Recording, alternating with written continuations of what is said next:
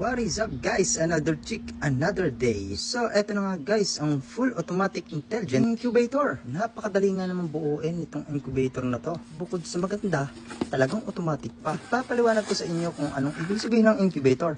Yung incubator nga pala guys, ito guys yung isang uri ng bagay na kung saan ilalagay mo yung itlog sa loob para ito ay mag-hatch o mapisa. Dahil nga magtatag-ulan na, dahil sigurado kung mahihirapang magpisa ang mga inhing yung manok o di kaya naman ay pato, pabo, bibe, manok, at kung ano-ano pa. Napakaganda nga naman ito dahil fully automatic nito. Basta mo na nga lang ilalagay yung itlog. Pagkatapos ng 18 days or 21 days, ito ay magpipisa na ng kusa. Kaya naman talagang inare-recommenda ko din ito sa inyo. Lalo na guys, kung gusto nyo lang naman mag-alaga ng mga manok, gusto nyo magparami ng mga manok nyo, mga native, Texas, Tapanabong, pwedeng-pwede to. Maganda nga naman ito dahil lalong-lalo na pagka meron kayong bakanting lote na pwede nyong paramihan ng inyong mga sisiw tsaka ng mga manok. Yung mga itlog ko nga naman dito ng mga Tagalog kong manok ay nasasayang lang dahil hindi naman na lilimliman, nabubugok lamang. Kaya bumili na rin ako nito. 18 pieces nga naman yung itlog nilagay ko dito sa incubator, pero pwede din naman yung 24 pieces. At dito nga guys, imilagyan pa siya ng tubig, tapos bote lang ng coke ang gagamitin nyo. Yung maliliit, yung mismo siyang paglalagyan nyo ng tubig. Tapos pag nilagyan nyo ng mga itlog, kung sana siyang tataas ng kanyang temperature, wala ka nga namang iisipin na maluluto yung itlog nyo sa loob,